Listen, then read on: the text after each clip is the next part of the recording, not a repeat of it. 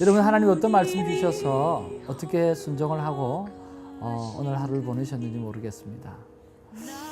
저는 하나님께서 셀폰을 끄고 나와 독대하는 시간들 그렇게 가졌으면 좋겠다라는 말씀을 주셔서 셀폰을 집에 두고 저희 집 앞을 한 3바퀴 정도를 하나님과 시간들을 가졌습니다. 처음에 이런저런 생각이, 세상적인 생각이 났지만 내 안에 찬양이 흘러 넘치고 내 안에 하나님을 향한 포커스하는 마음이 자꾸만 깊어지다 보니까 하나님께서 너무 귀한 은혜를 주셔서 들어올 때는요, 눈물이 울컥할 정도로 귀한 감동을 가지고 들어왔습니다. 하나님께서 저에게 어떤 은혜를 주셨는가 하면요, 2가지 큰 생각을 주셨는데, 첫 번째는 내 말이 내 안에 들어있지 않으면, 나의 말이 내 안에 들어가 있지 않으면 나의 말이 나갈 수 없다는 거죠.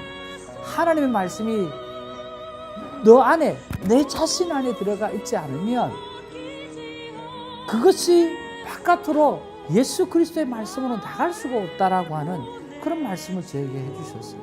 그리고 하나님이 정말 저에게 강하게 그렇게 말씀해 주신 것을 볼 때에 내가 내 안에 하나님 말씀이 채워져야 되구나 하는 그런 생각을 할 수가 있었습니다.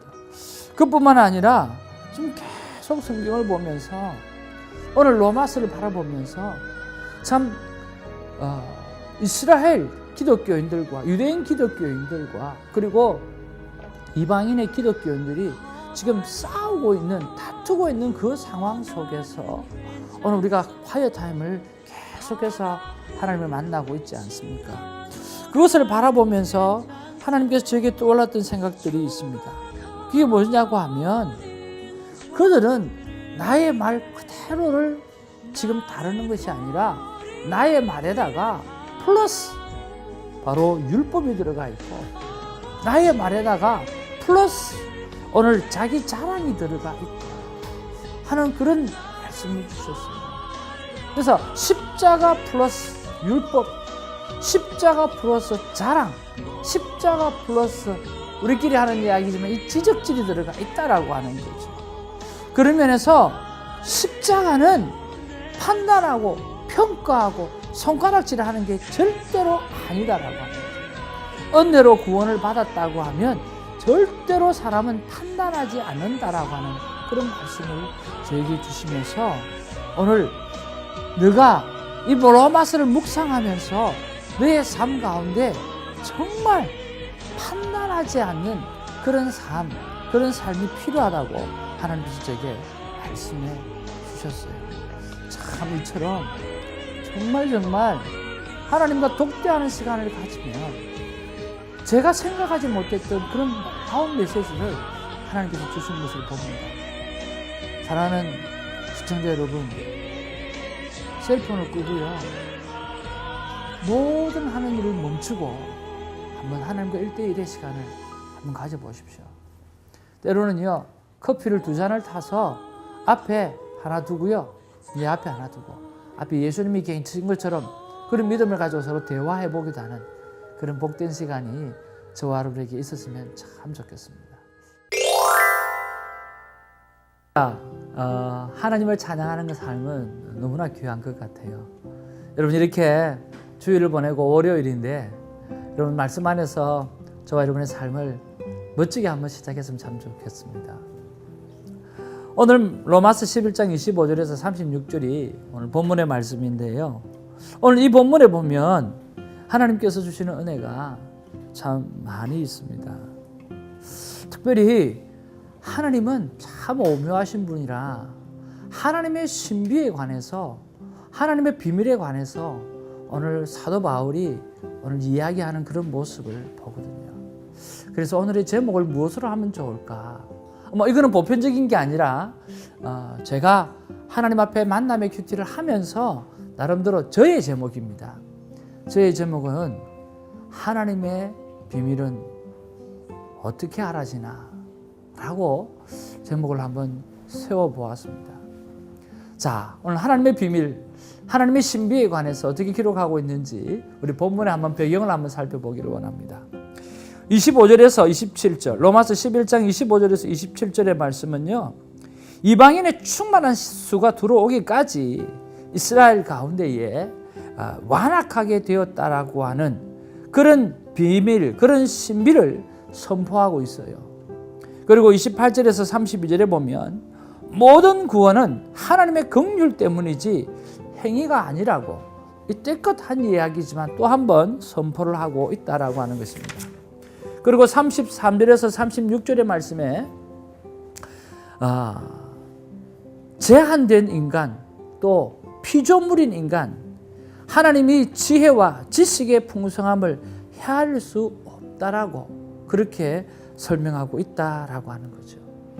저는 여기에서 3번을 읽고 또 묵상하면서 제 마음 가운데 가장 많이 와닿았던 말씀, 그 말씀을 한번 찾아보았는데 그 말씀은 바로 33절 말씀이었습니다. 33절의 말씀에 보면 이렇게 기록합니다. 여러분 잘 한번 마음에 새기시기를 바랍니다. 깊도다 하나님의 지혜와 지식의 풍성함이여 그의 판단은 헤아리지 못할 것이며 그의 길은 찾지 못할 것이로다. 다시 한번 보겠습니다. 정말 깊도다 하나님의 지혜와 지식의 풍성함이여 그의 판단은 헤아리지 못할 것이며 그의 길은 찾지 못할 것이로다. 그렇게 말씀하고 있습니다. 자, 하나님께서 오늘 저에게 이런 말씀을 주셨고 또 25절에 이런 말씀을 더불어 같이 주십니다. 형제들아 너희가 스스로 지혜에 있다 하면서 이 신비를 너희가 모르기를 내가 원하지 아니하노니 이 신비는 이방인의 충만한 수가 들어오기까지 이스라엘에 들으는 우둔하게 된 것이라. 26절에 그리하여 온 이스라엘이 구원을 받으리라. 기록된 바 구원자가 시온에서 오사 야곱에게서 경건하지 않는 것을 돌이키시겠고 라고 하는 말씀입니다. 저는 이 본문의 말씀을 보면서 느끼고 깨닫는 게 뭐냐고 하면 궁금한 것이 생긴 거예요. 하나님, 오늘 사도 바울은 오늘 로마에 있는 기독교인들을 향해서 신비를 이야기하고 비밀을 이야기한다는 거죠.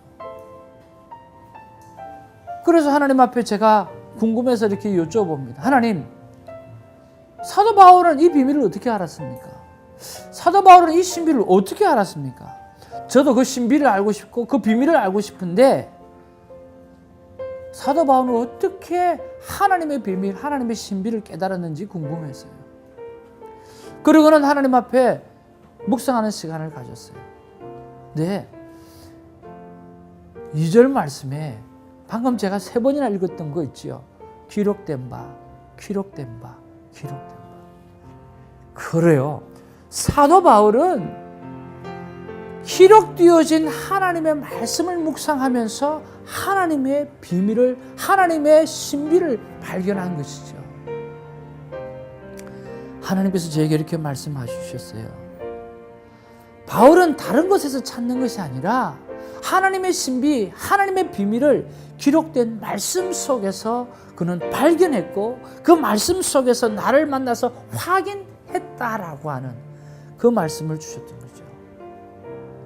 그러면서 하나님, 저도 그러면 이렇게 하나님의 신비, 하나님의 비밀을 잘 발견하기 위해서 제가 해야 될 일은 무엇입니까? 어떻게 하면 좋겠습니까? 라고 했을 때 하나님께서 생각나는 게 있어요.